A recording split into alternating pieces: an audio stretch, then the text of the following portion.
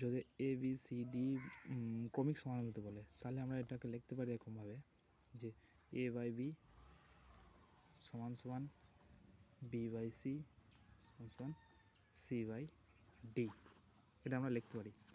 আর এটাকে সমান আমরা কে ধরে নেব, কে ধরে পাই, কে ধরে পাই, বানান ভুল হয়ে গেল, কে ধরে পাই।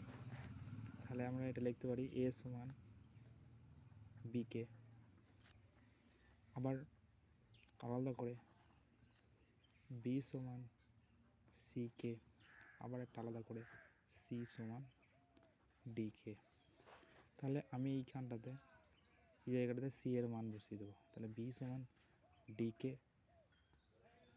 ইন্টু কে, কারণ হচ্ছে ডি কে স্কোয়ার, বি সমান আমাদের মেন হচ্ছে ডি কে স্কোয়ার। তারপরটা দেখো এখানে আমি একভাবে লিখে দিতে পারি, এখানে বি এর মান বসিয়ে দিতে পারি ডি কে স্কোয়ার ইন্টু কে, তাহলে লিখতে পারি ডি কে কিউ। আমার এই তিনটে মানই দরকার ছিল, কিছু লাগবে না। মেন অঙ্কে চলে আসি, একইভাবে প্রমাণ করতে বলেছে, তাহলে আমরা এলএইচএস করে লিখব। এলএইচএস সমান বি মাইনাস সি তার whole square plus plus C minus A তার whole square plus B minus D তার হোল স্কোয়ার।